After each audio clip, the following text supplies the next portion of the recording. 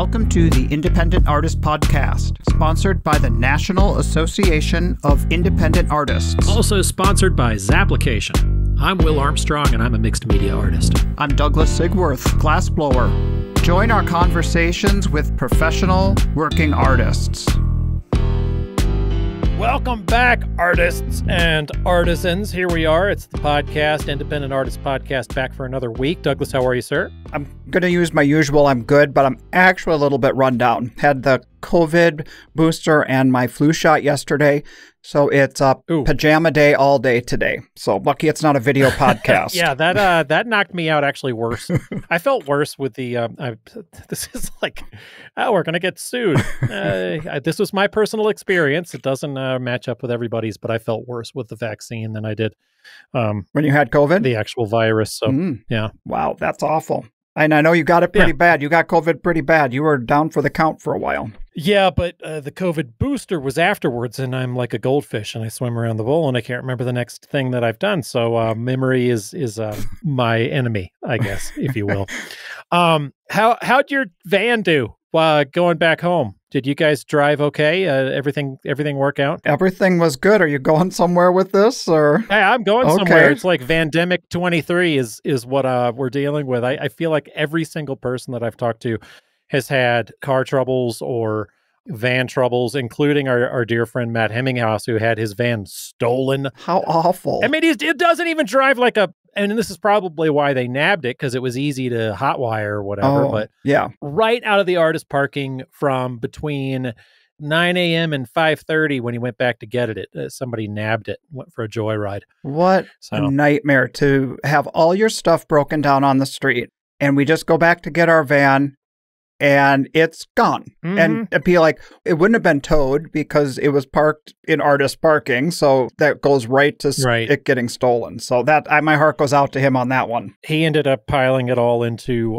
Michael Cole's van with him. He has a bigger truck, and they go back roughly the same place in Missouri. So managed to get a ride back then. But here's my particular troubles. And this, I refused to talk to you about this on the street because I was so pissed off. I didn't think we'd be talking about your truck this week. Yeah.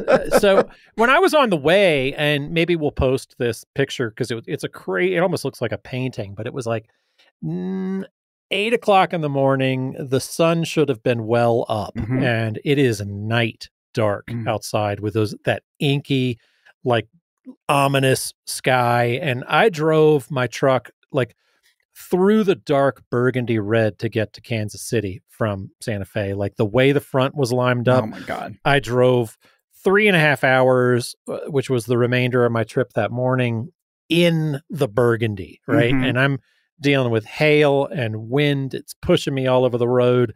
Windshield wipers. I mean, it's a nasty storm. And I didn't think too much of it other than the fact that, that sucked, until I got to the show and I start chugging. My truck is just like, and it started getting a exhaust system alert, which same exhaust system alert that I had when I had my catalytic converter ripped out. Oh, yeah. Somebody had sawed that sucker out, but it's the same warning. Right. So I'm like, it's a bad converter because I just looked at it because, OCD. Yeah, right. Is it still there? Is it still there? Yeah. Just before. Yeah. How about now? So, I took it to a mechanic. God love Sharon Spiller for being, I was like, Sharon, you live in Kansas City. Who's a good mechanic? Oh, right. Good. Guy.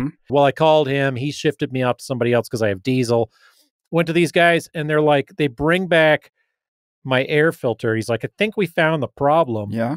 I had so much water in the cars are designed to be able to drive through rain, folks, but there was so much water coming into my intake and just blowing up under the hood that my air filter got completely soaked and sucked into the intake. So, oh my God. Too heavy. It got way too heavy and just sucked right in there. So he pulls out this mangled spitball of an air filter. He's like, well, looked pretty clean. It's not your fault. But anyway, got a new air filter, got home. But that sounds like it was even though it was worrisome, it seemed like a pretty quick fix. Yeah, easy fix. But, I don't know how you are with those 12-hour drives. I'm a huge I don't know. Once it gets dark, I can't see that well. Yeah, no. I can't see anymore. I know. So, yeah. Starting the trip at 10 a.m. as opposed to 7 a.m., and I wasn't going to make it. Mm-hmm. So and getting to fall, we have these shorter days. So end of summer, into fall drives tend to be shorter days on the road than when we got sunlight till late. Yeah. Good point. Well, hey, you coined a phrase this weekend when I heard through the grapevine that there's a new Will Armstrong-ism. Can you talk about this productive zero or useful zero, something in regards? It's like, fuck that. Fuck that. No. There was nothing productive about that zero.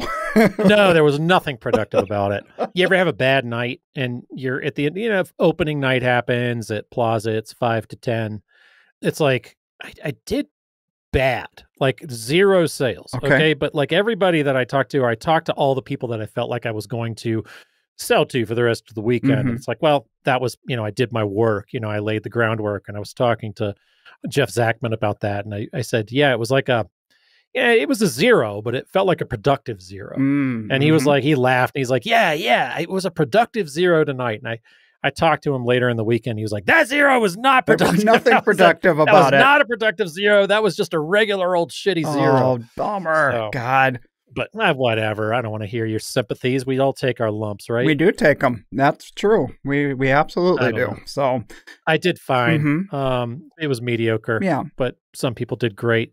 Some people did whatever. But it's like any show. How many shows? Right? Any show. Yeah. We sometimes are heroes or losers or somewhere in between. So whatever. You just called me a loser. It's not cool. Yeah, sorry, man. You're just a huge loser. Not cool. I don't know. How many bad shows in a row does it take until you spiral into I suck? Well, for you, it's 1.5, right? One.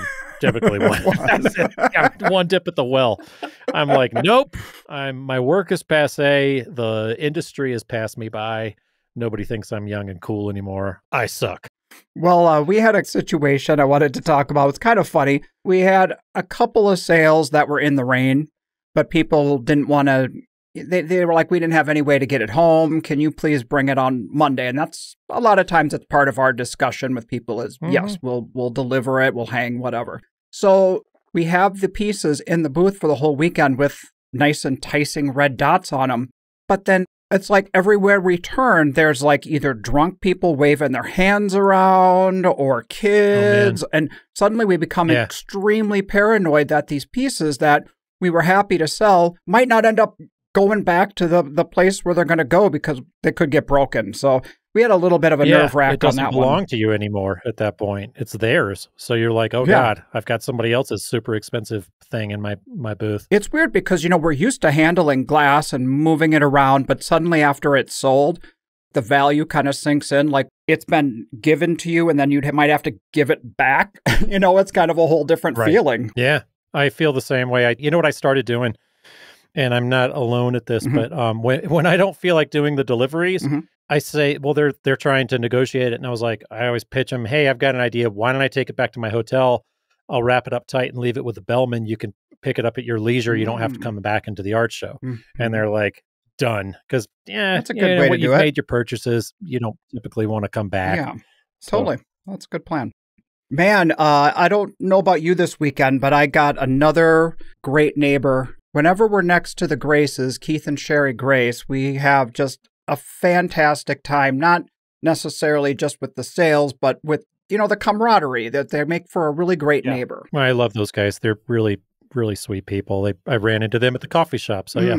But it made me think about, so we had set up our booth where, we're 10 by 10 in a 12 by 12 space, and we spread ours apart from each other. So we were kind of like our alleyway was shared and we could sit and talk the whole weekend. Perfect. Yeah. But then and what he's talking about is, if Keith and Sherry slid to the left, Doug and Renee slid to the right, makes a 4-foot, almost gives you a corner. For sure. There. I did the same thing with my neighbors. Cool. Well, it made me think about how much I enjoyed spending the weekend with them. And then I thought to myself, are there ever the cases out there in art fair land where we don't want to be that up close and personal with our neighbors? You know what I mean? Oh, yeah. Almost most of the time. Like all the other times. All the other times, right. Yeah. No, I get you because I was lucky enough to be able to share space, that little alleyway in St. Louis with Michael Cole. And It just kind of was like a weekend long conversation. That's cool. And, but at the same time, yeah, I don't typically, I love to be able to dip in, talk to the neighbor and dip back out. And as long as you've got like the guy that, or you just say guy unisexually, just those guys, ambigenderly. I just was like, as long as you have the person that understands the conversation, right? That makes me insane when you've got the neighbor that kind of wants to follow you around and talk, and even into a sale. I've been known to physically push people. Oh, really? Just push, you get out, push. That's a good point, because I did notice, like, whenever Keith or Sherry would turn their head to look in their booth, or if I ever turned to look back into our booth, it's like conversation done. We could pick it up later. It's like customers first. They're pros. But have you ever had a situation where the neighbor that you were next to is a little bit of a nightmare that you might want to talk about? Because I do. Oh. Yeah. I mean, I've had super unpleasant awning right in the middle of my piece, cigar chomping, smoking guy. I've had him, running his mouth, which is never pleasant. Yeah, there's always going to be somebody that doesn't understand the conversation, or even worse, if they have a spiel where they repeat the spiel over. I mean, everybody's got their spiel, right? And I'm sure people have gotten sick of hearing me run my mouth. But I remember this one guy, just the repetitive neighbor is what kills me. I know you're chomping at the bit there. You got a story? Yes, I do. So there was one situation, worst interaction of my life. And I show up to my booth. We set up the day before, and the person who was our neighbor was setting up that morning. So I show up, and whatever they had going on there, I'm sure they had a lot of other stresses that really didn't have anything to do with me. But at some point in the rolling up the sides and putting our work out, this person was started hollering at me. What? I'm sure I did something to upset them. I wasn't clear in the moment what it was. A lot of stuff that seemed like it was being aimed at some other person in their life, but they just got so upset. And Keith Herbrand and Glenn Woods would probably remember this like it was yesterday, even though it was like 20 years ago. They were the other side of me, and they were literally doing the open wide look, like, I can't believe this is happening. It's like a big, massive fight or whatever. Then all weekend long, whenever this exhibitor had a friend come in their booth, I got so paranoid because they'd be looking my way. And I'd be like, ugh. So I had to relive it the entire weekend, this whole scene. Bizarre. It was totally bizarre. Totally. Yeah, I had to, I carry extra pro panels in my truck. And I had one, it was at, what was the show? 3rd Street portion of St. James. Oh. And they give you a ton of room. Everybody's kind of got a corner area, or I did. I don't remember exactly what it was, but I took my pro panels and I built a little box. I didn't even have, it was so obvious. I didn't have any artwork on it at all, but he was one of these must be nice neighbors. Oh. And he's like, must be nice to have a coffee. I was like, yeah, I bought it. Right. Like you would, Yeah. Oh, where'd you get that sandwich? I was like, from the sandwich store, you idiot. Go get your own sandwich. I'm like, I'm doing my thing. Right. And my neighbor, Bruce could tell how insane I was getting. He follows me to the bathroom, and I'm in the bathroom or at the Porta-John. He comes up to the Porta-John and whispers in your, must be nice to take a dump. So, anyway, here's your nauseating banner for this week. Well, lucky you have the ability to build yourself a cubicle. You know what I mean? And just shut out. Oh, shut about. I'll build that wall. Yeah, I'm about to sail. Sorry, buddy. Oh, yeah, it was great. an interesting show. I thought, our good friends Amy and Phil, Amy Flynn, one of they had a tribute artist there, but it was not the same tribute artist. It was a tribute artist of the tribute artist. So it's like, really? Yeah, it was. Well, it was once not, removed. Right. So like, how low can you go, bots? I guess if you want. It was not a good scene. I kind of like, wow, those are the designs of the previous ripoff artist. It was kind of like a game of telephone. Yeah. Yeah, they didn't need to worry about those particular artists. They were just getting once more removed. Means shittier and shittier, if you will. There you go. Sorry about that. They don't know who I'm talking about. Well, Amy said in her episode earlier this year that the copycats spurred her on. So I wonder if the reverberations, down the line, if they're spurring her on too. Yeah, you know what I said about that one? Bullshit. You call bullshit. I could see Bill was spurned on. I could see he was pretty spurned on, if you will. Just one of those scenes you run into, and it never. I don't know. We've all run into that kind of thing, whether it's somebody breaking the rules or whatever, but the more you talk to them or talk about it, it just shakes you off your game. So hopefully those guys were able to focus and have a good show. All right. Somewhere out there, Dylan Straczynski just took a drink, Will, just so you know. Well, that's good. I'm here for your liver, Dylan. Hey, so this is something that is kind of interesting for art show artists, and I actually saw it brought up on one of the forums recently. And as artists, do you ever find that, our acquaintances in our world who aren't artists, maybe like family or friends who aren't artists, that if you use the phrase, I need to go to work or I'm ready to go to work, and they look at you like, oh, you got a job? You know what I mean? Like they don't understand what it means when we say we have to work. Absolutely. I mean, the beauty of our job is that we can take our time off when we like. And we can be flexible, but it has to be a job. I mean, the reality is we end up working a lot more than your typical 40-hour week. For sure. So, I don't know. I've developed a pretty good persona there. People just treat me like you're a banker. My wife runs a very nice screen for me. Oh, good. She's like, don't go out there. Don't talk to him. I'm sure they think I'm just a huge weirdo, but she takes, I think, the most of the fire on that one. Sometimes the family just thinks that because we work in our studio that we can drop anything and just, you know what I mean? And that's something we're very familiar with. And it is a little bit difficult sometimes to explain, well, I'm working. I'm in the middle of something right now. I can't just put something down and take a break or whatever. Right. I mean, with you guys, it's especially, you can sacrifice a piece if somebody just comes knocking on the door. I'm like, I can forget where I am mentally on my line quality and lose the thread on that. Another thing, and I think I've mentioned this before, but there was some podcast, I'll have to try to find the name of it, where the people were saying that it takes once you've been interrupted by something, it takes you 20 minutes, like 20 solid minutes to get your focus back. And, especially as an artist and dealing with that, you've got to draw pretty firm boundaries. I solve a lot of that by telling people that I work in the nude. And nobody's trying to see that. You're like, oh God, don't want to go anywhere near that one. That's not be like, knock, knock. And you're like, oh God, no, who's coming to the door? So nobody wants to, so there's your, just tell them that, folks. That'll keep them away. Most people, unless really the bad people, the bad, creepy people coming. Yeah, that's good. That's bad.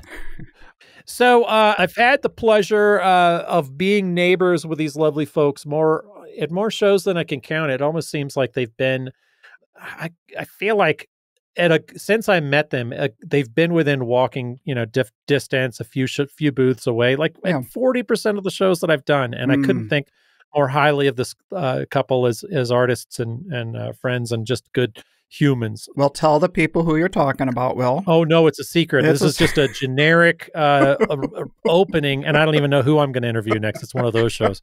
No. We'll spin the dial and see who comes up. That's right. It's Mick and Paige Whitcomb. Love those guys. They're both artists. Yeah. Photographer. Paige is a photographer, and Mick is a found object artist, and definitely falls into the vein of almost like creating a space and creating an installation for his booth. And we were trying to come up with names of other artists that created installations when we had Whitcomb on. I've already fallen back to pronouncing his name how I want to. Me too. Honestly, I have to, because it just sounds he knows who wrong. we're talking about. Yeah, right. And you do too. I do too. Anyway, having Mick and Paige Whitcomb on the show has been something that I've wanted to do because I've had so much fun talking to them in the past. So I know you guys are going to enjoy this. And isn't Paige on fire these days? She's been getting top awards at top shows. Yeah. I'm really excited to hear what you guys talk about in your talk. Her booth looked incredible at Cherry Creek. She won Best in Show across the board. It was the first time they've given a Best in Show, not in category, but overall, and they gave that to her for her work in Park City. Which Mick promptly stole and hung in his booth because it didn't put a name on it. So he says it's mine. That's who we're dealing with, folks. All right, enjoy this talk. This episode of the Independent Artist Podcast is brought to you by Zap, the digital application service where artists and art festivals connect. Hey, Will, do you remember the old way of doing these applications with red dots on the slides and self-addressed stamped envelopes? Do you still have a rotary phone, Douglas? No, I don't remember that. Well, I just like that they were with us back then when we made the switch from analog to digital.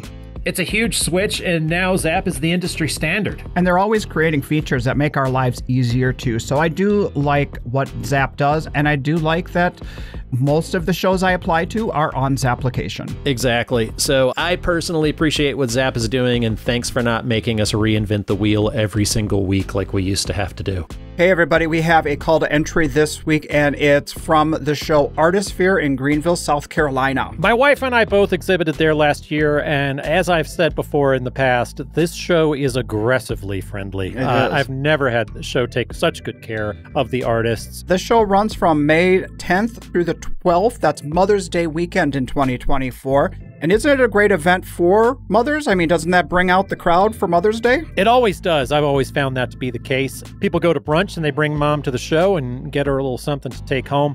Doesn't mean you can't sell big artwork there for homes as well. I found myself selling large originals and always having a really good time. And I do love the size of it. I mean, they keep the exhibitor count reasonable. So it feels like it's the right amount for the community. Everybody has an opportunity to do well. It definitely is one of these events that has more artists wanting to exhibit than have the space. I mean, I feel like there's definitely some people left out in the cold on that one. So get your application in. It's just around the corner here. It is next week. So on October 9th is the last day to apply. So don't miss this application. I got to get back onto Zap and do it myself. Me too, actually. So jump on this, people. Get on there and apply.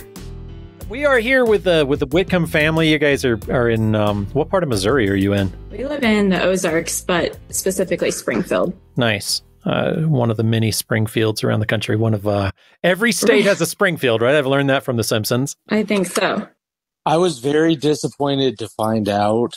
Somebody told me at a show that the guy that did The Simpsons announced that Springfield, Oregon was the specific Springfield from The Simpsons. So we can't really just claim to be one of the possibilities for this. I don't think that Simpsons. Yeah, I don't think that can be true. They seem so Midwestern, right? I mean, just central. I'd like to hope it's not. Yeah. True. I mean, it would be worse news to hear they were from Indiana.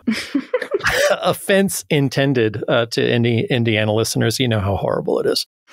So let's get started.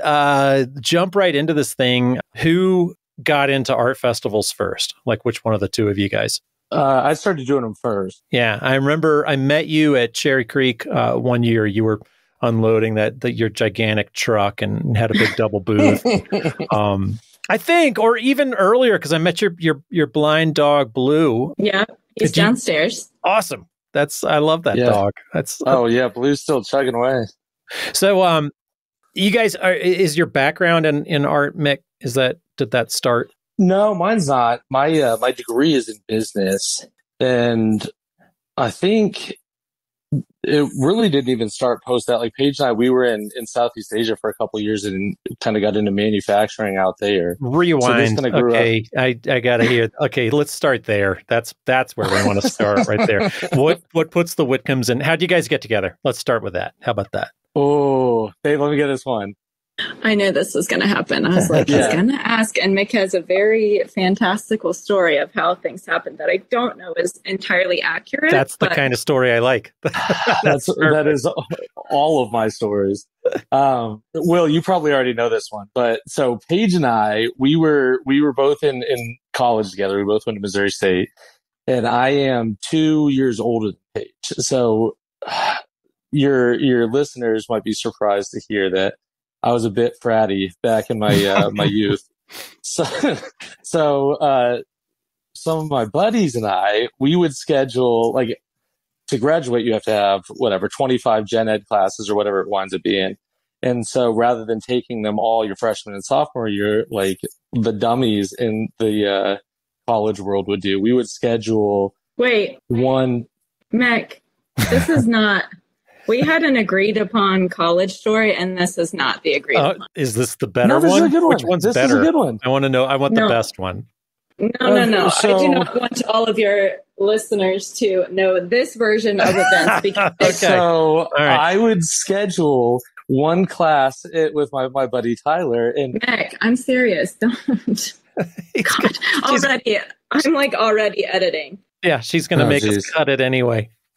Well, we had a class together in college, and I suppose the diluted version of it is my buddy Tyler was sitting next to Paige in class, and I had a way of kind of convincing him to drop out so I could shoot a seat to the side and put the moves on Paige, and that's where it all kind of began in terms of the romance, I suppose. So this is the say anything version versus like the Porky's version that. Yeah, I guess there's the on camera and the off camera version of my college pickup lines. All right, Paige, what's your version? No, that's a fine version. We'll go with that one. All right. Like I said, before this, I said, I know Will is going to ask how we met, and we have to agree that you will not go off on a tangent of something that may or may not be true. Okay. So this is an acceptable version of this. The thing that wasn't true is that I was fratty in my youth. I have been, quiet and he's so shy. Understated my entire life. I think the first time I hung out with you guys, you asked the server to bring you whatever largest vessel would carry your beer choice. It was like, you're like whatever. So we were accurate. Talking about like, well, what could it be? Whether it be like just wheel out a mop bucket. You drink out of it. I'd be happy with that. Yeah, sure. You offered me. I don't know. You're always there for offering whether it's a lukewarm beer or a cold one. However you've got it, you're always the generous neighbor. Guy. Absolutely, you are. So you guys met in Missouri State. Is that what you said? Yep. Right. Yeah. What were you got? You mixed study in business. Paige, what are you studying? At the time, I was studying English literature. Okay. Very cool. And did you change that through the middle? Or I did. Well, so Mick mentioned we lived in Indonesia for 2 years, and Mick was 2 years older than I am. So when he graduated, I was offered the opportunity to go with him overseas. So I did, and I stopped going to school for 4 years total. And then I came back when I was an adult after we had done a few things. But when I came back, I started with English Lit again, and then I switched to art history because I found that's what I enjoyed a lot more. It's still writing, but writing about artwork, which was more interesting for me. Yeah, that is. What took you guys to Indonesia? So he had an opportunity over there.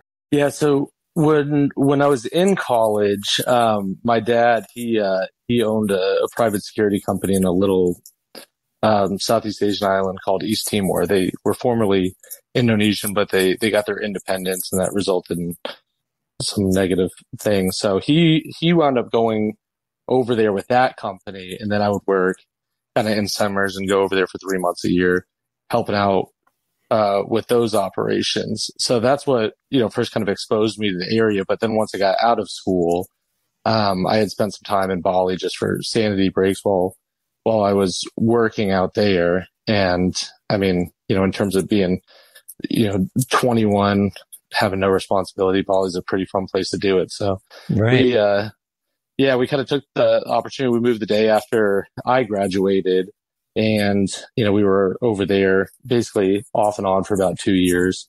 And that's where we first, kind of started to dabble in manufacturing. It was initially surfboards, and then kind of fed into, other kind of lifestyle products, and resulted in us opening a couple retail stores in Springfield. Cool. That's how we got into art shows, which we both made different kinds of things and had them in our store. And we did our local art show, which is called Arts Fest on Walnut Street. And we were next to some art show artists, and they said, "Oh, where are you from?" And we said, "Here." And they looked at Mick's work and they said, "Do you do this all the time, or are you just doing it because you're in Springfield and it's a local show?" And we were just doing it at the time because it was local. And they told us about this whole art show industry that we had no idea existed until somebody opened that door for us. So we're still very grateful for those people for telling us about it. Do you remember who they were? You ever see them again? I have seen them, but not at an art show. I saw them at their gallery, which is in Bentonville, Arkansas. And I'm sure I could figure out what their names were. But that's they're really cool. Wonderful people. Yeah. We, that, and even with that, like, I didn't know that there was like an application portal for shows. Our store was 4 blocks down the road, and, we were part of the arts council and everything. So we just said that we were going to, set up a tent there, and they were like, all right. And I mean, we had like T-shirts and soaps and, selling all the different products that we sold in our stores. And then the lighting was kind of what I did as like a sanity break. We were selling halter tops to college students. So I kind of lost interest in what we were doing with the store and started, getting into the lighting and, my collections of the objects that I build from, as kind of a distraction from that. So, he said, you're going to have to ditch the candles and the incense burners, but these things, what I do artistically might work out all right in this world.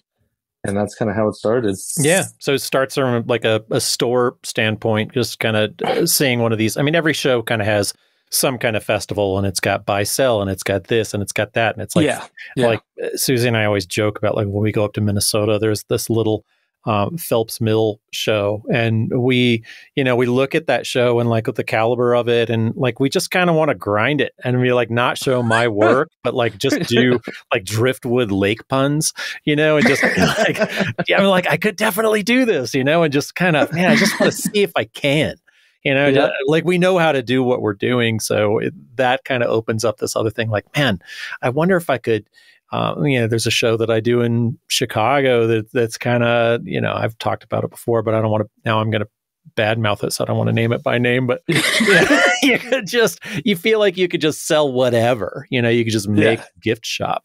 But we've seen at other shows, like some of the kind of more rough around the edges ones that we've participated with over the years.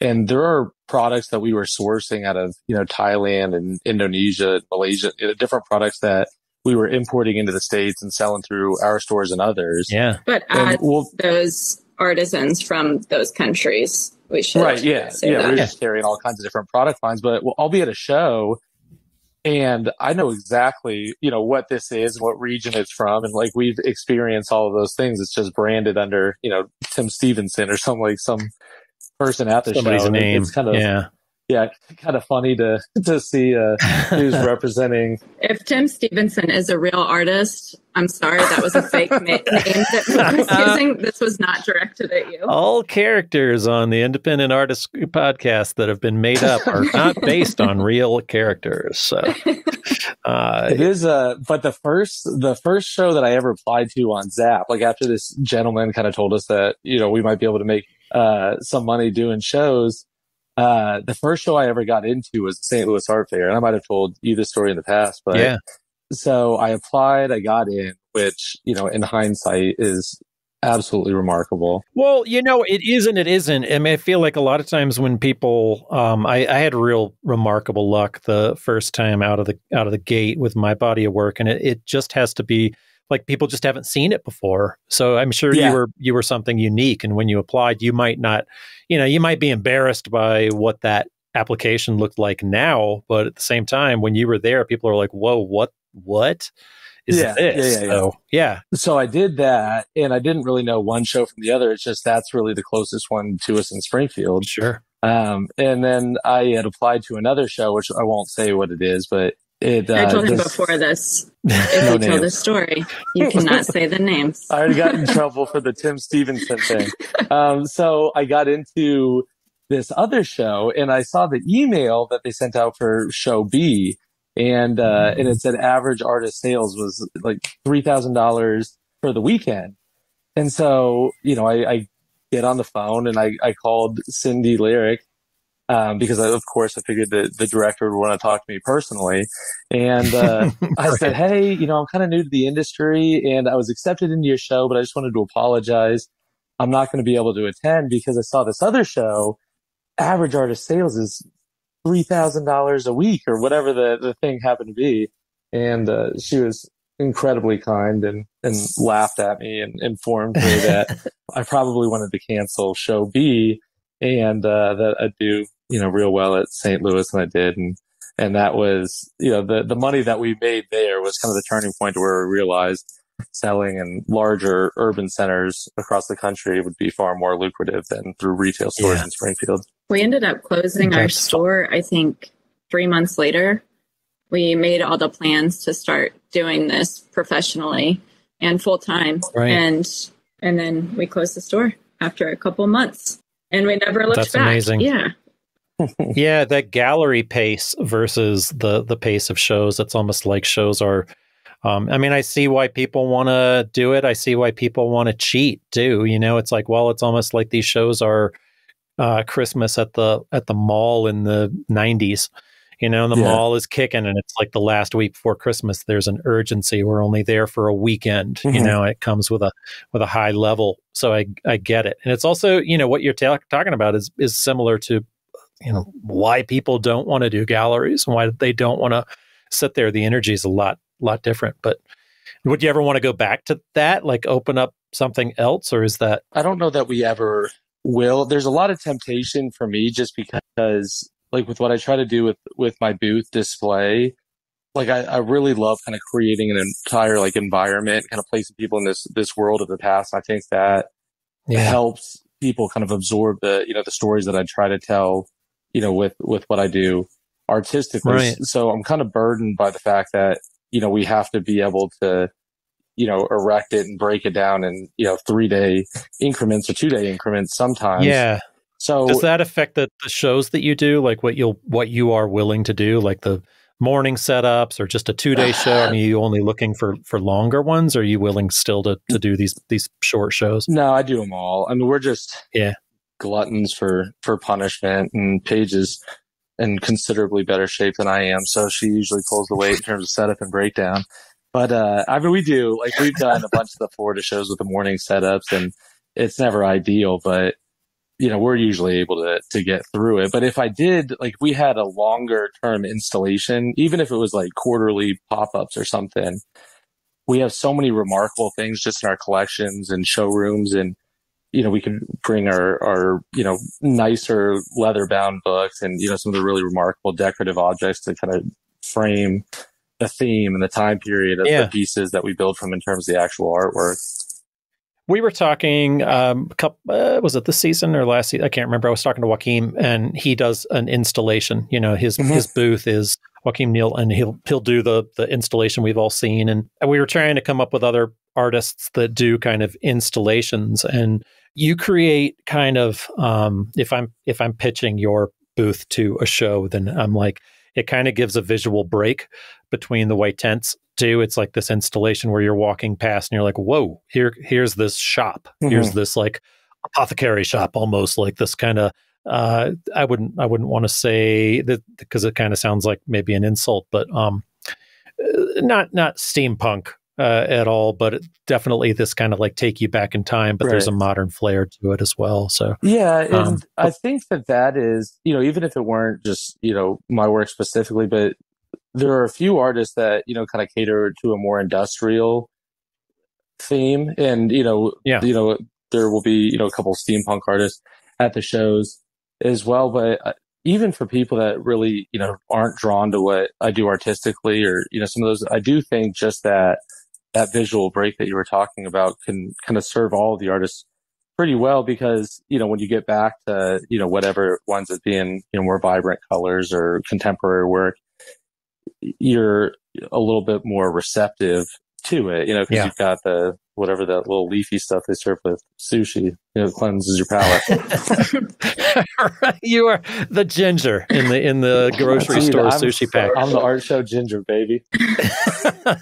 Nicely done. Well, somebody told me, whenever we were first getting into this industry, how important it is to have that something about your work that causes people to break their focus and focus on your work itself. And somebody said even having like a rug down, or how people have tiles, something that's tactile that causes people to hyper focus on your work and not all the surrounding things. And so I think Mick does a really good job at that, at taking people's focus and centering it on what he is trying to showcase. Yeah.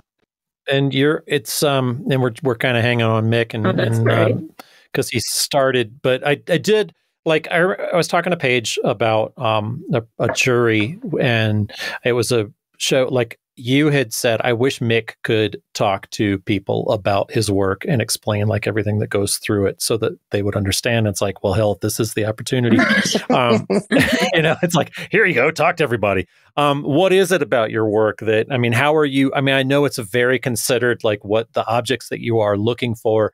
Tell me about your work, like what goes into it and the creation of it, and what your thought process is behind it. Yeah, I actually like, and I might have told you this before, but I love your work kind of visually, but with what you do in terms of storytelling, you have these characters, and then the different, surroundings, and like whatever you pick up in terms of the nuance of the images kind of fill in kind of the context of what their stories may have been. Or that's, one of the things that I've kind of felt viewing it. And that's kind of what I try to do sculpturally. You have these objects of the past, and whether that's a sextant or a microscope or telescope, or regardless of what it is, but there's a tremendous history to the objects, and then you've got technologies of the past, whether that's Edison's designs behind the incandescent bulb, or Tesla's designs behind alternating current.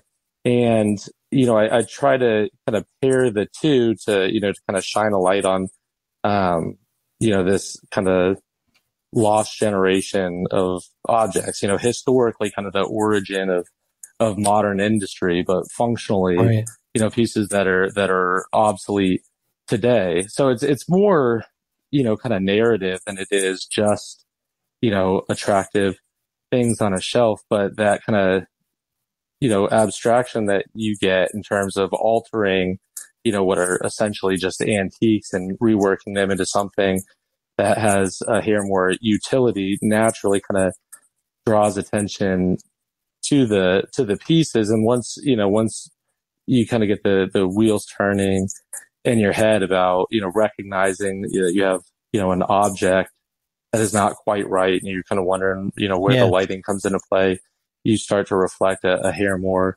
on, what the object was or what it's become. And, those stories are, what I really enjoy kind of pitching people on and talking to people about, and you can kind of fill in the gaps in terms of what you're more drawn to, and, imagining the characters that would have experienced them through the years.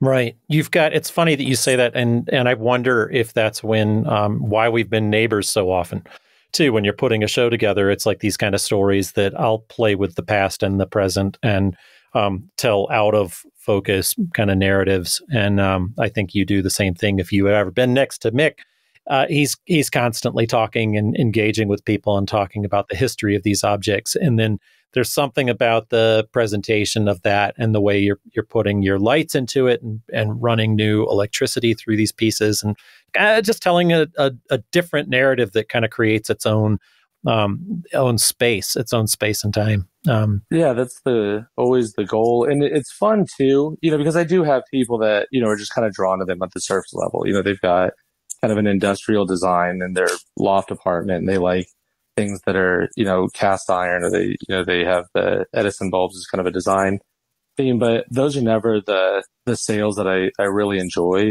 The conversation that I enjoy is when, you've got a retired surgeon, and, their entire career has been a linear growth of, Lister's 1860s discovery of germ theory. And there's one very specific microscope that Lister used with all of his, research. And, it's kind of the turning point from, amputation-based medicine to investigation-based medicine, and natural history to medical applications for the compound microscope. So when you can kind of pair those two, and you can kind of connect, the object with, the individual, it's a very fun thing, and then when he's sitting down and pouring himself a glass of scotch at night, he's got this physical object that kind of represents, what he has chosen in terms of, livelihood or interest or whatever it might be.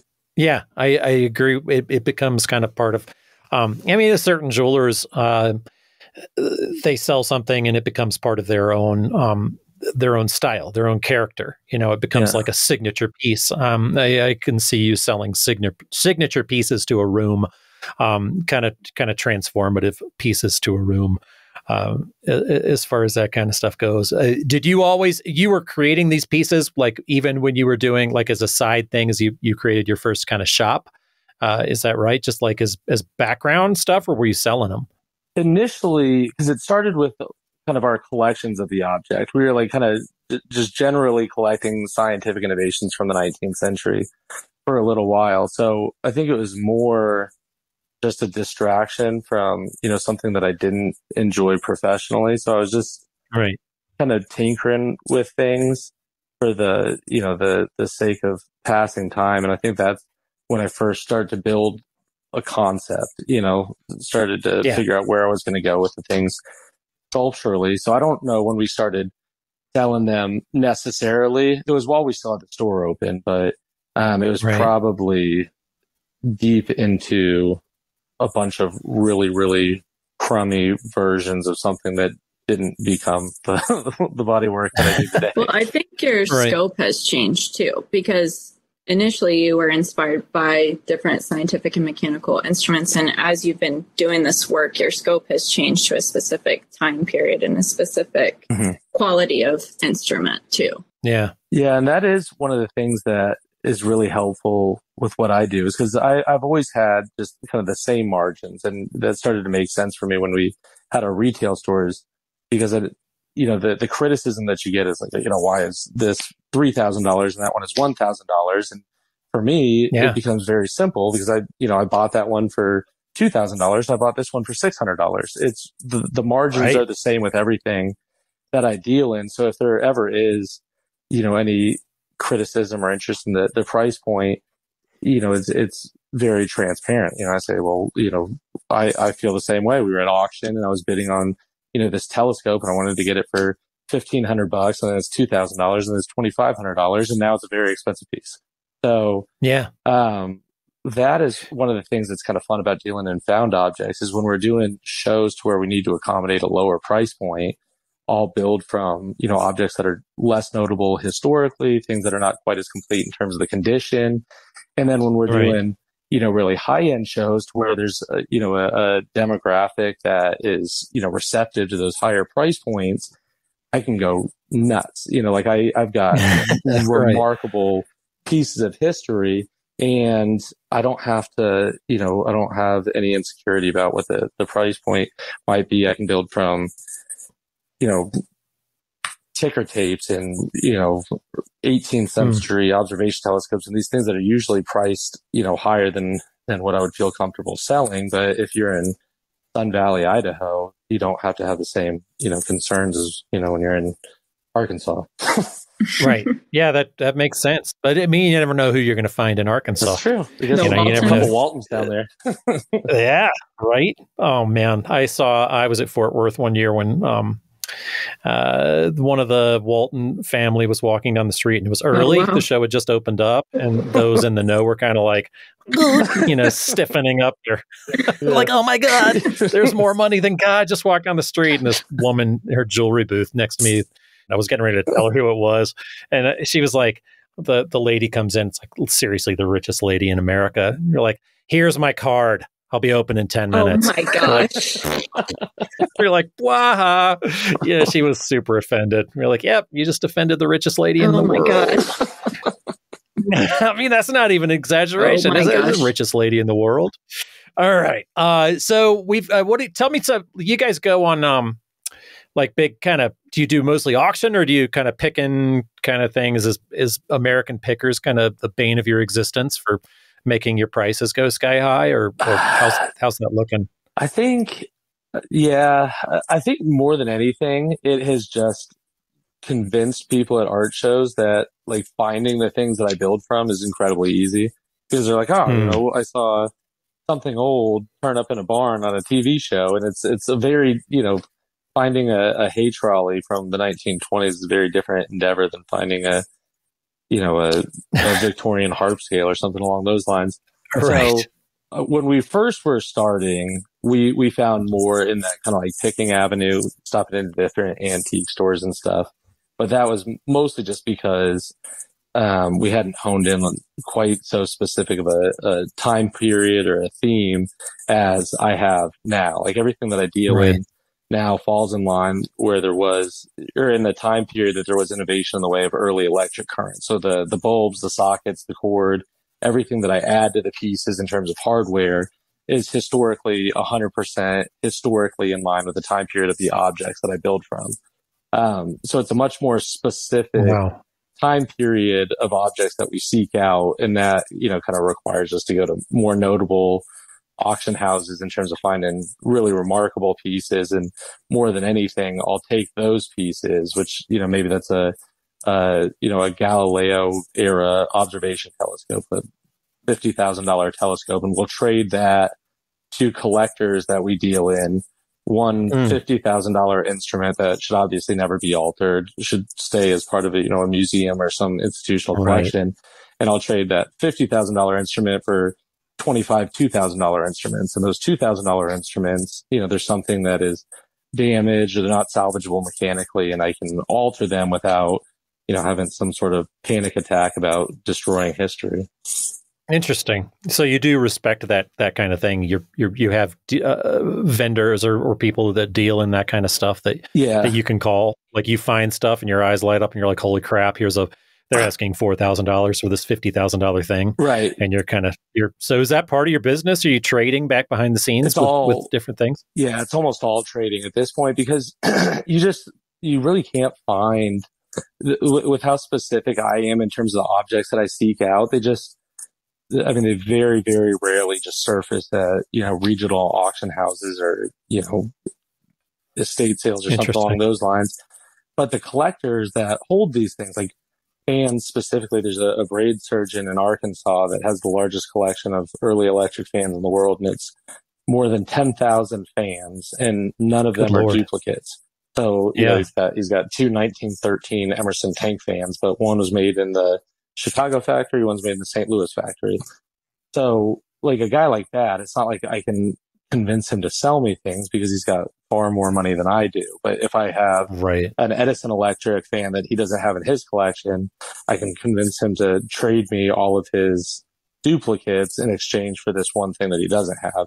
And we do that with, collectors of every range of things, nautical collectors with, sextants and ship wheels and binnacles. And we do it with, collectors of early telegraphy and microscopes, and it basically just kind of goes across the board. But that one auction house that we go to in terms of seeking these objects, despite the fact that we're spending astronomical amounts of money on individual pieces, that's what gets us into the door in terms of trading with these collectors that we deal with more regularly.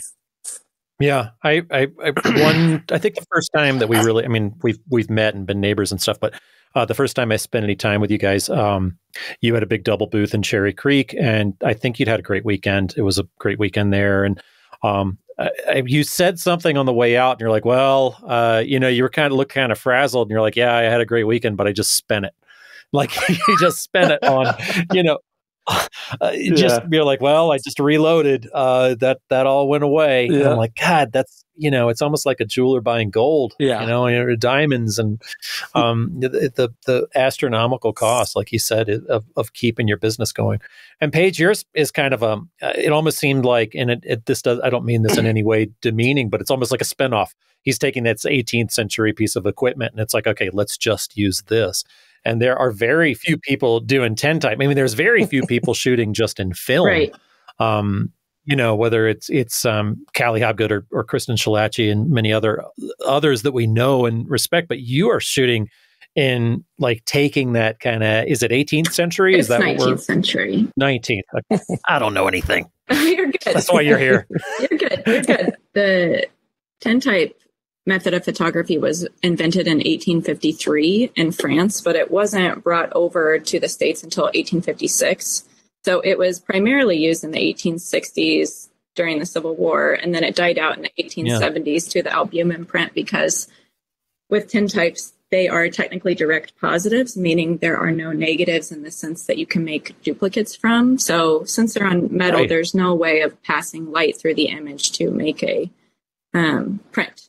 And it wasn't very popular for that reason at that time. But today it's novel in this digital age that we're in, where you can have endless editions of all these different types of things, or, you know, AI is creating things and whatnot. It's pretty...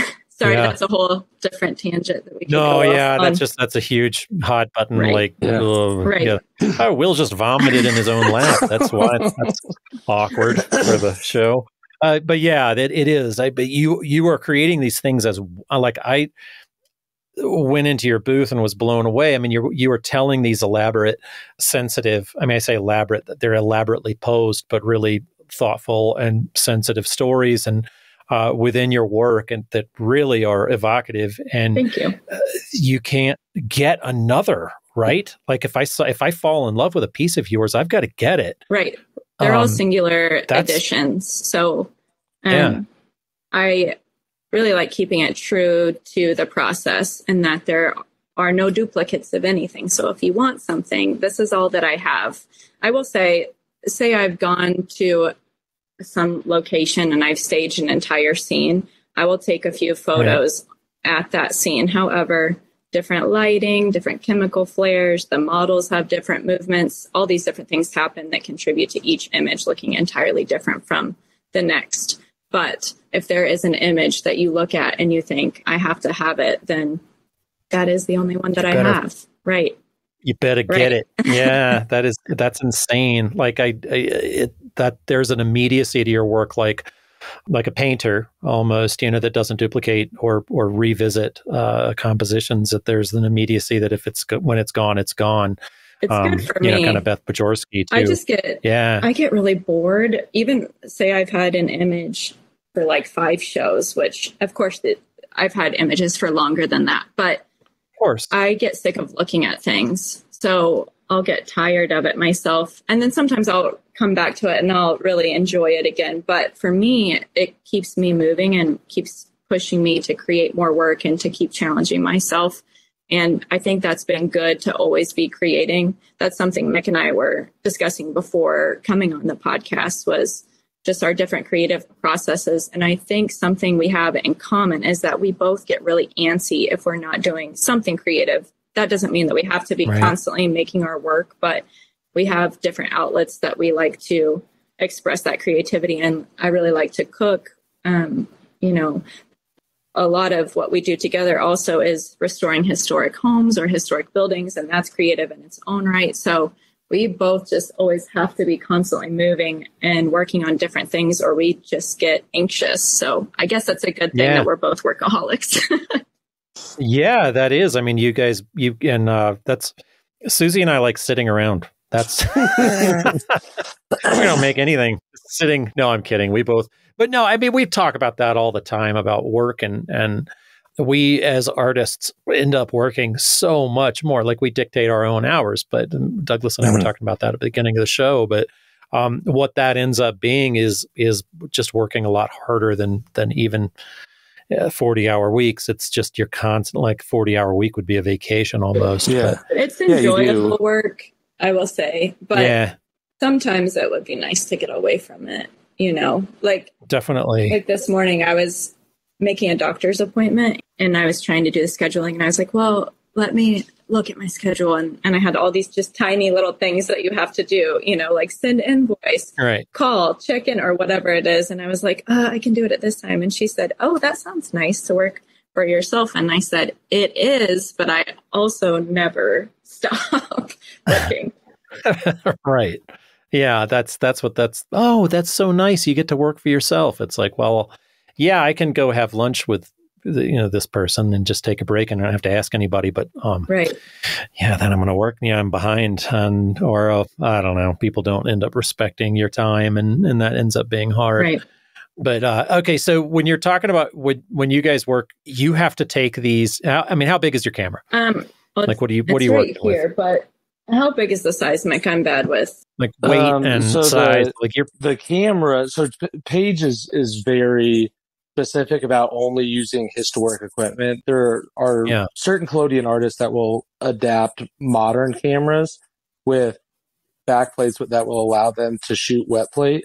And then there are kind of the purists, and Paige, winds up falling in that camp. So her actual equipment is original to the 19th century, resulting in the camera being probably right here. 50 pounds. You see it? Yeah. So the camera's probably 50 pounds. Yeah. And on kind of a tripod, it's like, 3 or 4 feet tall, so it's a pretty substantial piece of equipment. And you are like, when you're doing those plates, I mean, I'm seeing your work is not small. Well, I will say I shoot on 8x10, and then the really big pieces in my booth are enlargements of the plates. So it's a combination of historic method of photography with contemporary technology. I do an archival film scan of the 8x10 plate and then make an enlargement from that, which historically that would not have been possible. But because of today's technology, we're able to do that. And then those are all still 1 out of 1. And every enlargement comes with the plate it's enlarged from.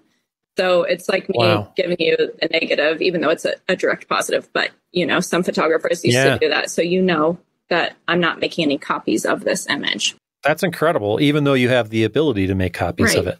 And that goes back to me just being sick of looking at my own work all the time. Well, I think there's something really admirable about that, and also kind of like mind-boggling, to be honest. Just kind of like, oh my God, that's so much work. But then you get to put a certain price point on it. I would imagine that can keep that lucrative and keep you in business too. Sure. I do think it all balances out. There are times where I think, wow, I could be making a lot more money if I offered prints just from people asking for them, or shows that are more print shows, where that's what the buyer is after. But for me, I've learned that I actually kind of like the waiting game, because I really enjoy having those connections with my clients and being able to talk to them and hear what they're bringing to the table, what they see in the image, which might not always be what I intended, but I really appreciate that. And so I really appreciate having those interconnected conversations that are more thoughtful and enjoyable for me as a person. So I think I'd prefer to wait and sell it to that one person that I know really, really, really wants it. And that's just the way I've done it, and I am sticking to it. Absolutely. There's a lot of integrity to it, and it's a different game. It's a different business model than a lot of folks have on the street. It's like say, a digital artist that enjoys selling multiple pieces and needs the energy of selling boom, boom, boom, or a photographer that has a bin that has to sell a number of those pieces and needs that energy within their own booth in order to keep going. I mean, I remember talking, I've said this a bunch of times and quoted him a bunch of times, but Aaron Heckenberg talking about his booth and saying, well, I'm set up for big numbers. I have big pieces with big price tags, and sometimes those big numbers are round, walk away with a big fat zero. And that's the business model. And sometimes you're like, oh my God, you must go to shows sometimes, and you're like, just not having the right conversations, or you're in the, I will say, I think my work definitely attracts a specific kind of person. It is not something that the average person really enjoys. I do think the images are a little bit darker and can be a little ethereal, and just the subject matter. I mean, not to get too deep, but I guess I'll get deep because we're talking about art, and that's kind of what art is. Please. But I started working on this specific series, the memory series that you've seen the last couple of years at these shows, because I lost my little brother whenever he was 16, and that was 10 years ago this year. And so this body of work was me really moving through that and learning to accept the idea, at least this is the way I see things, that if somebody is not here anymore, that doesn't mean that you can forget. It's important to keep people in your memory and to remember the positive times that you had with them. So I wanted to create images that would evoke that feeling in others. And it's really interesting, the emotional responses I will get from people. I've had people cry in my booth and then I'm crying with them. And it can be challenging, but ultimately it's the most rewarding because I want my work to make people feel something, even if they see the images and say, that's a ghost, scary. I think any reaction is a good reaction, but I also appreciate the interactions where people are really connecting to the work in a deeper level. Yeah, I think a lot of people's instinct when somebody passes away is to not bring them up ever. And I think that's, my wife has kind of taught me the opposite of that. And she's like, no, somebody passes away. I want to talk about them. I want to celebrate them. And I'm kind of like, my family always was. I mean, I come from a really small family. I had 5 cousins, and one of them died of testicular cancer really young. And I mean, I was in high school, but thank you. And my parents didn't tell my sister. Like, that's the kind of family that, so we're getting together at the holidays, and she was like, well, is Tommy coming over?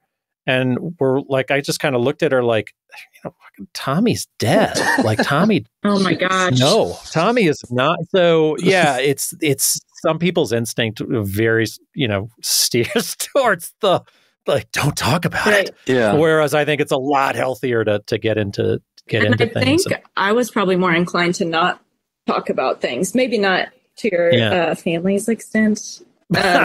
Nobody's to my family's level.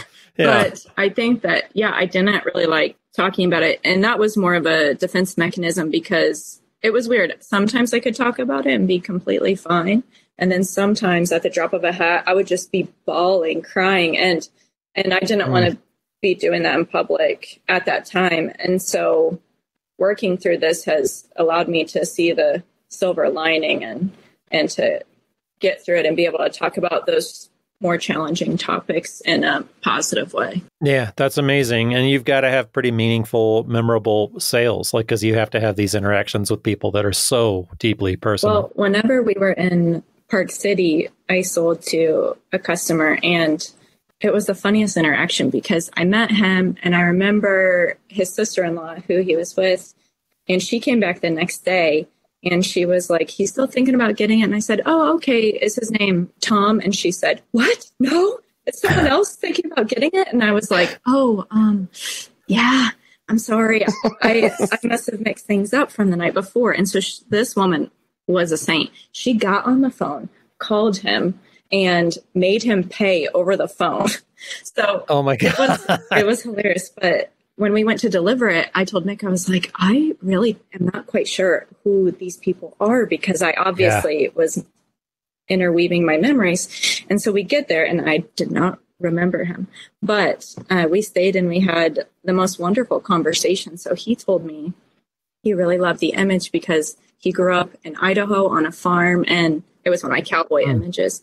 And that the image just really reminded him of his father. And then his wife grew up on a farm in Texas. And the image really reminded her of her father. And I said, well, that's amazing because this is a photo of my father. So it that's kind of awesome. Full circle. And it was a great experience to have. Yeah. Yeah, that is really incredible. I love, I feel like I feel a little jaded now. I've been doing this body of work now for like 10 or 12 years. And I am a little jaded, whereas the first year of this body of work, I still remember every single customer that I sold to. I remember those personal interactions, and now they're few and far between. I had one this past weekend at Plaza. I had done a Doc Holliday piece. So it's a portrait of Doc Holliday on this map that's been in my family for generations, the native territories of the West. So those maps were created to control the people that lived there. So it's kind of a mix between the dark history in the background and the, what we love about the West and kind of our privilege of what we can then enjoy about the West with these legends. So real history versus the tall tales and lies versus storytelling and things like that. So that's the genesis behind that series. And so I'd done this piece and I'm kind of down to the last bit of them, but I had Doc Holliday, and the quote is, "There is no normal, there is just life." And this couple came in, and the guy's like, "Holy shit, there it is." And I'm like, "Well, what's going on?" And he was like, "Yeah," he just takes his credit card out, and he's like, "Yeah, that's the piece. I want that." Didn't ask anything That's about amazing. it. Just was like, "Let's wrap it up." And so his wife is like, "Well, it comes with a story, but I don't want to bore you." And I'm like, this is what I do. I want to hear stories. Right. And it was like, it ended up being like, honestly, the most meaningful sale I've ever had in my entire career. Oh. So he lost his mom when he was really little. His father finds this woman, ends up being, the second love of his life and soulmate. They're going to get married later in the year. His son, who was in there buying the piece, and his wife are there. They're getting married. They're engaged. The wedding is the following week. His dad's fiance dies in a car crash 2 days before the wedding. And they want to cancel the wedding, right? They're like, there's no fucking way. We can't do this. And his dad's like, nope, we're going to do it. We need joy. It's too serious. And so he gets up in front of this family, and his father gives this toast, and he gives this long toast about why they're holding this wedding. And I'm gonna cry, but sorry. His dad gets up and he ends the thing. He's like, as you know, my hero has always been Doc Holliday, and as Doc Holliday said, there is no normal, there is just life. And so his father passed away the day before Plaza started. Oh my gosh! Jeez. And they went to the show. They're like, I want to get something Western kind of to honor him, to honor my dad. And it's like, so that's why they walk in the booth and they're like, oh, there it is. Yeah. Wow. Take it home. I'm like, God, it's a good thing you just put your credit card out, because I probably would have just given it to you. Yeah. Just take it. If he hadn't had any money, just like, oh God, I just can't. So, I mean, we're all crying. I mean, it's that kind of personal thing. Yeah. Like, that's why we do it. And Plaza wasn't a very good show for me this year. It just kind of sucked. It wasn't for us. I wouldn't have done. Heard that. But I wouldn't have done. I would not. I would, if you'd have told me, like, my monetary value of the show and like what I would have done. Like, I had to do it, right? I mean, that's why we're there. That's so important. Yeah, that is worth way more than any financial gain you can have. And I think that's what motivates us to keep doing this ultimately, is not the money, because of course that's nice, but it's those relationships that you cultivate with people, and that you're helping give people something that's going to be a daily reminder of that interaction that they had at their wedding, or just that whole situation. They'll look at that and they'll think really happy things about that horrible time in their life. And that's a pretty incredible thing to be able to help somebody to do. It is. Well, that's another thing that I really love about like Paige's work, being entirely originals, and, other people that really focus on originals, is because of that, that kind of experience that you have remains between you and them, as opposed to like, if you have, 1,000 prints of said piece, it kind of dilutes that, like, that experience that you have kind of passing along the artwork that I get to see. Right. Paige have with, the bigger pieces that she sells, to those customers. Right. Yeah, it's true. It's true. It's like that kind of deep personal storytelling that we try to achieve. And sometimes, like, the thing, it's so funny because I was, somebody had asked me about those portraits, and I was like, they're too specific. Art shows need non-specific work. Mm-hmm. I need the very right person to buy it. Yeah. And, I need to make that money. And it's like, well, if I didn't have that super specific storytelling, then that guy wouldn't have had that piece, or he would have, I don't know, we wouldn't have made that connection. So it's important to remember. Right. Yeah. So we talked a little bit about family a little bit. Mick, what's your family like? I mean, what I want to hear a little background on, I've heard some funny stories before, but what's your family like? And you guys are, to me, you're an incredible couple, and you're like the perfect yin and yang, and just supporting each other. And like Mick, I was joking again on the kind of the preamble, like when Paige won Best in Show, and all out Best in Show too, and they'd never given away a full Park City Best in Show, and that went to Paige this year, and which didn't have your name on it, so Mick just took it and hung it in his bag. Yeah. Well, that's what I told Tara when she got it when she had an award at Cherry Creek, is I went up there and I said, it breaks my heart that you got up in front of 200 people and mispronounced Mick Whitcomb. Accidentally said Paige Whitcomb got an award. It was terrible.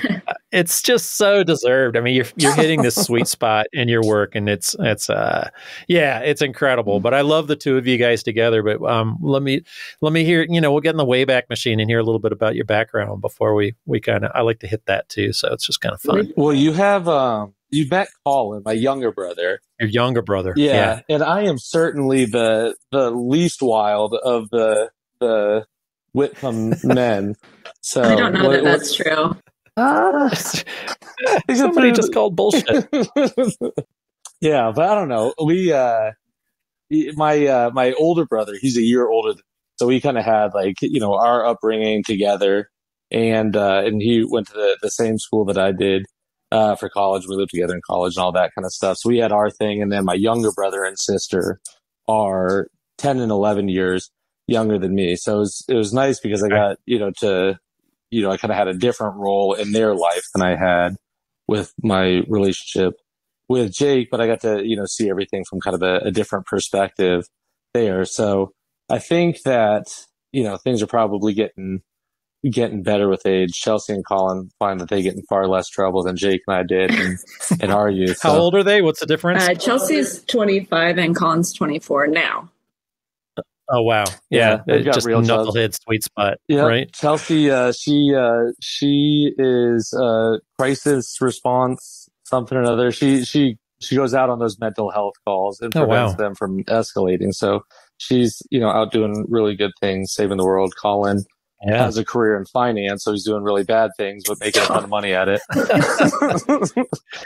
Right. He's well financed anyway. At least he can do whatever he likes.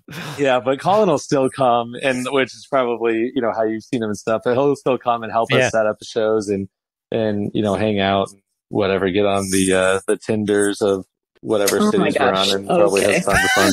All right. Yeah, I've known a couple of artists that hit that the fishing spots. Yeah, it's terrible. Thank God that Paige and I met when we did, because I haven't owned a computer since college. I would never. I'd never make it in the singles world. I'd be on the wrong app, and I'd be getting people with foot things, and I don't know. It just would never work. I'd be completely lost as a single man. Yeah. I think that's why he's glad we're together, because he couldn't navigate single life. Oh, I'm a terrible cook too. Oh, God, I'll kill him. I'll do it. There's a good thing he's recording in the other room. Right, Paige? But there aren't any doors. So our house that we live in now is originally it was a boarding house.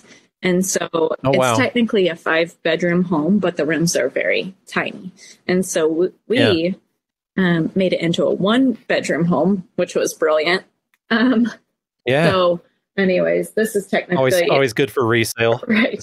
This is technically 1 bedroom. And then the upstairs living room where Mick is technically 2 bedrooms. And we opened up that wall, but we got rid of all the doors up here except for the bathroom and the closets, because I guess that's what we do. Yeah. Makes sense, right? Right. Yeah. No, that's very cool. It's like old boarding house. I mean, they talk about the history of that too. I mean, both of your work kind of fits right into that. That's a pretty amazing place to live. Well, it's nice because we both work in historic themes, and so we like to work with each other and help each other, but there's never any competing overlap, I think. And honestly, when we first started doing both of our work at shows, we thought that Mick's customers would love my work and my customers would love Mick's work, and we have found it is the complete opposite. If somebody likes Mick's work, they do not like my work, and vice versa. It's very interesting. We've had a couple crossover, but not many. Right. That's really wild. We do have, Susie and I have a couple of crossovers, but it's interesting to see the couples that both do glass, where I can see that could be really competitive and trying to get into shows too. Mm-hmm. You kind of be like, somebody down the hall got into the show, but I didn't. Yeah, we've had a few of those conversations. Right. Yeah. Well, does that affect you if one person gets in and the other person doesn't, that you don't want to go, or do you just support each other? No, it doesn't. I mean, Mick definitely does more shows than I do, because I stick to the originals only shows for the most part. And so that was already the organization of our circuit, was that Mick's doing more shows. But I think, for the most part, we've been very lucky to get into the shows that we were hoping to get into at the same time. So that doesn't always work out, but for the most part it has, and that works really well for us. Yeah, I thought the first show that we had ever done to where it was just Paige's work and not mine as well. So like I've never been able to assist in her selling process just because, I'm always in my booth with or setting up. Yeah. I've always been in my booth. And so we were both doing Jazz Fest, but I was doing the second weekend and Paige was doing the first weekend. So, I love, kind of engaging, with my customers and kind of getting into these storylines in terms of the objects that I build from and kind of the history of the objects and kind of tying it in with their interests. And I was stoked because Paige has so much depth in all of her images. And, I thought I could kind of get into, these stories of the characters involved in her images, where they were shot and all that other stuff. I suck at selling tintypes.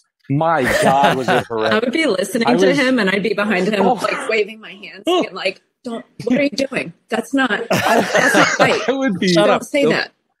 Oh man, I would be mid-conversation with somebody that was, kind enough to show an interest, and I would just bail right in the middle of talking. Like I would get like 3 minutes in and I would just realize it was so bad that I was just humiliated continuing forward, and I would just, turn around and take off, and Paige would have to step in and tell them what was actually happening. Well, I think what the problem is that we all have these same lines that we repeat over and over and over, where you almost become robotic in communicating with people. I have even repeated myself saying the same thing to someone. They're like, yeah, you just told us that. I'm like, okay, this show's really long. Give me a break. Yeah. Oh, well, I've said, hi, how are you folks doing to the same person? Oh, yeah. Or these people like, hey, how are you folks doing today? It's great to see you. They're like, they just kind of look at me funny. I'm like, just said that, didn't I? They're like, yeah. I do that all the time when people are coming back to pick up the piece that they bought, 11 minutes earlier. And I'm like, guys, let me know if I can answer any questions for you. These are all blah, blah, blah, blah. They're like, yeah, we just gave you $1,000 12 minutes ago. Right. We're here to pick up our piece. We're like, yeah, I don't know. Yeah. That's fine. I really appreciate that sale. Don't ring a bell. So that's $1,000. Yeah. Paige is talking about, crying with her customers and these meaningful reactions. I can't even remember the ones that I'm wrapping packages for. But I think at Jazz Fest, the issue was that Mick has never been with me in my booth, so he doesn't know those one-liners or the oversimplification of my process that makes it more palatable for the everyday person that's walking by. Right. And so Mick understands my process, like the chemical process, but that's been part of my challenge in doing these shows, was finding a way to communicate what I do to people without overcomplicating it, because most people aren't familiar with film, let alone a 19th century method of photography. So it was just a learning experience for both of us to be together with my work, and, Totally. There's something about what we do for a living. You have to learn to read people, and you have to learn to read that glaze over when you've told too much. Right. And you're like, oh, and it's funny to certain people, you'd be like, wow, you've already glazed over. That's, I haven't even, then you just kind of fade out and you can just say whatever. Yeah. And they kind of like, so you just do the thing. I'm like, yep. Yeah. Right. I can tell you don't care. So I'll wait for you to respond. No big deal. Well, I go I forget to pay attention to other people's emotions in a conversation because I'm mostly concentrated on just myself. And the number of Paige gives me shit about this all the time. Is like the number of people that have committed to buy something and then they give me the credit card. I'll be like, take their money, run the card. Well, yeah, they'll say I want to buy this one because it's blue, and I'm like, you know what? That is an 1893 Kidder shock therapy device, and you're never going to believe this, but Kidder was the first North American. It's already sold, and like just and then run the card. Close it. Yeah, it'll be like another 23 minutes of me talking about nonsense, and then all of a sudden, like their table's up at Chipotle, and they just sneak right on out of there. Like I have lost more money attempting to sell things that they wanted to buy than if I would. That's hilarious. Have just taken what was given to me. It's definitely an art. See, Paige, he doesn't just do that with your booth. He's doing it with himself. Right.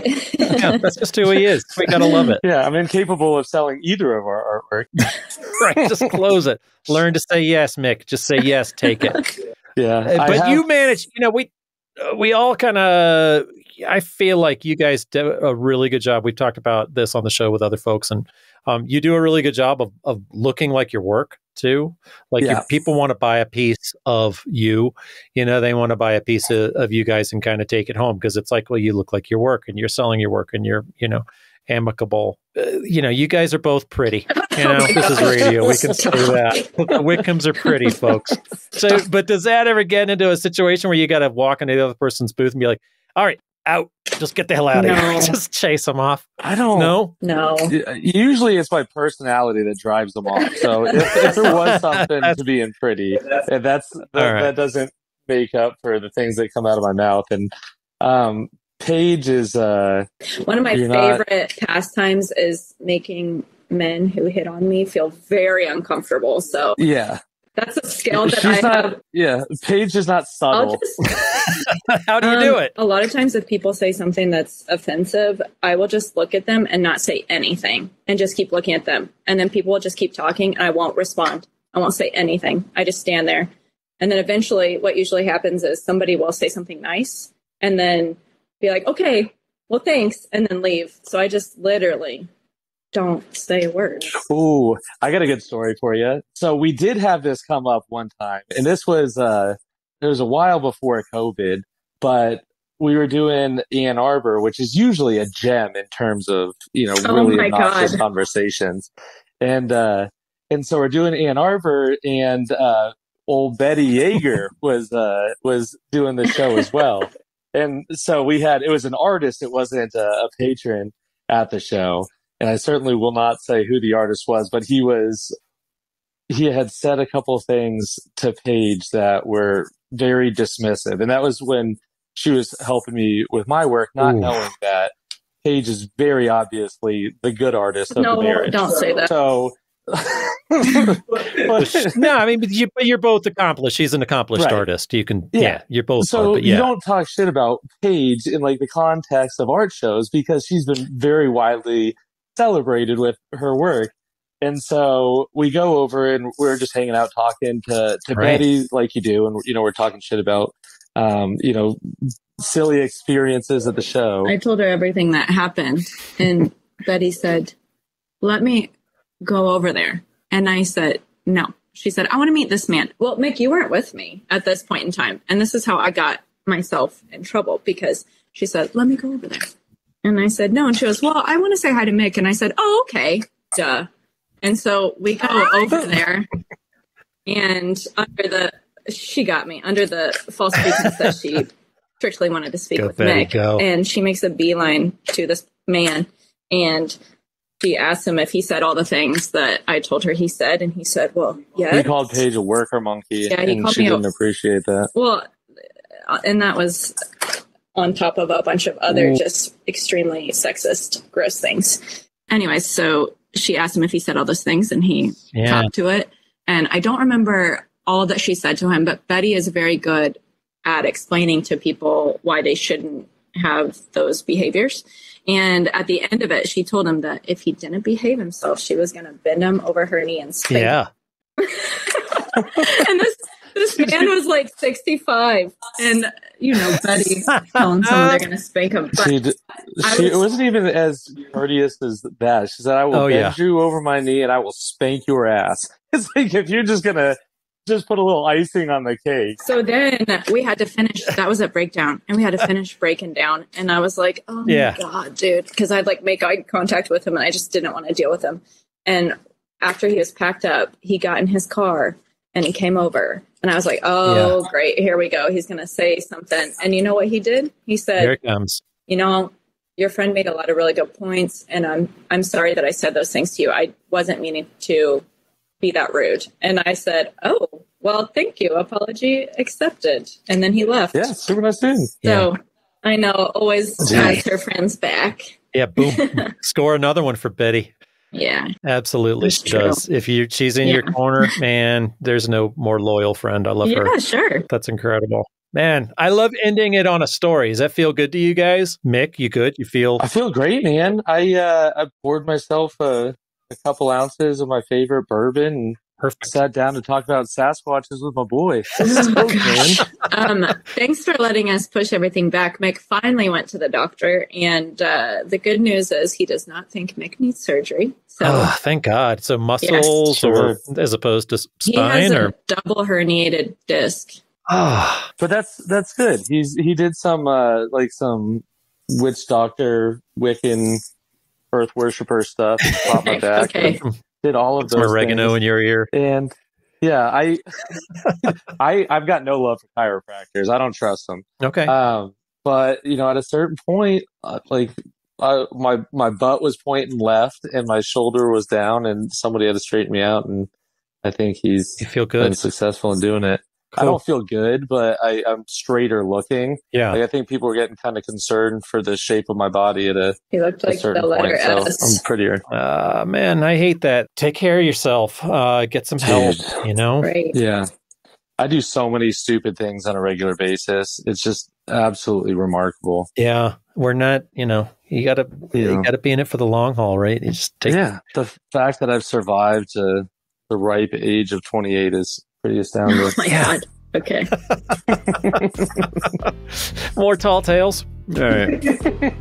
You guys, thank you so much for doing this with me. I've been wanting to have you on for a while. Yeah. Dude, this is awesome. Thank you so much. Love you guys. Thank you. Yeah. Bye, Will. See you guys. All right. See you, bro.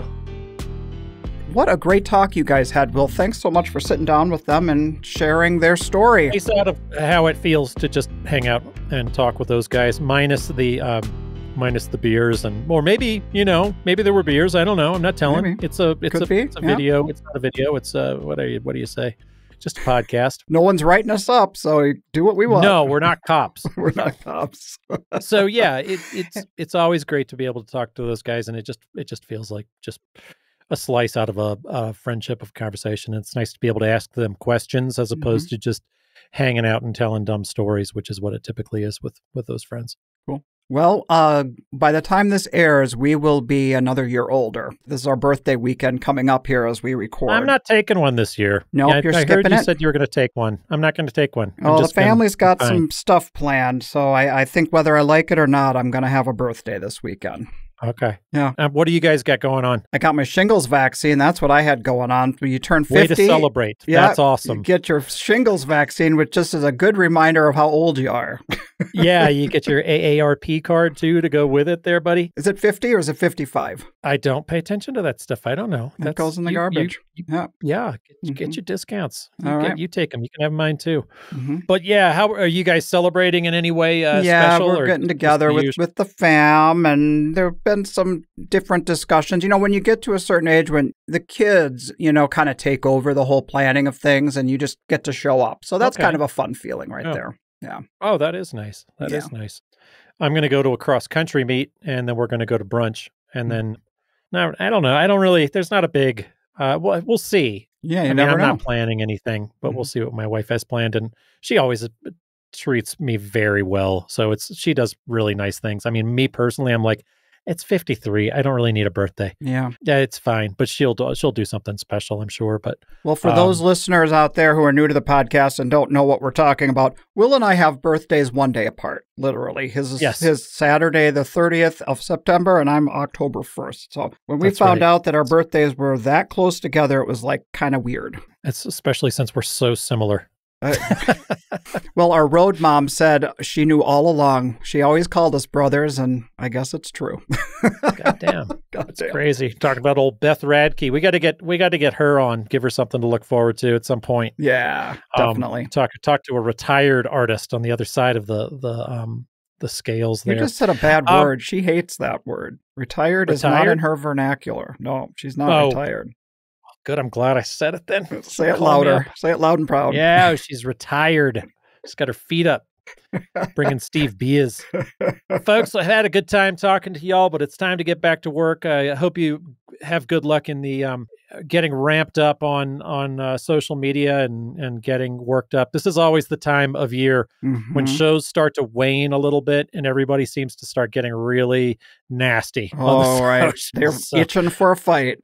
Oh, yeah. At anything they can fight about. So check yourself. Get back in the studio. You find yourself getting too worked up about it. It means you're looking at it too much. So absolutely. That's the sign. That's right. We'll see you in a couple weeks, folks. Thanks so much. All right. Take care. This podcast is brought to you by the National Association of Independent Artists. The website is naiaartists.org. Also sponsored by Zapplication. That's zapplication.org. And while you're at it, find us on social media and engage in these conversations. Be sure to subscribe to this podcast to be notified when we release new episodes. Oh, and if you like the show, we'd love it if you would give us your 5-star rating and offer up your most creative review on your podcast streaming service. See you next time.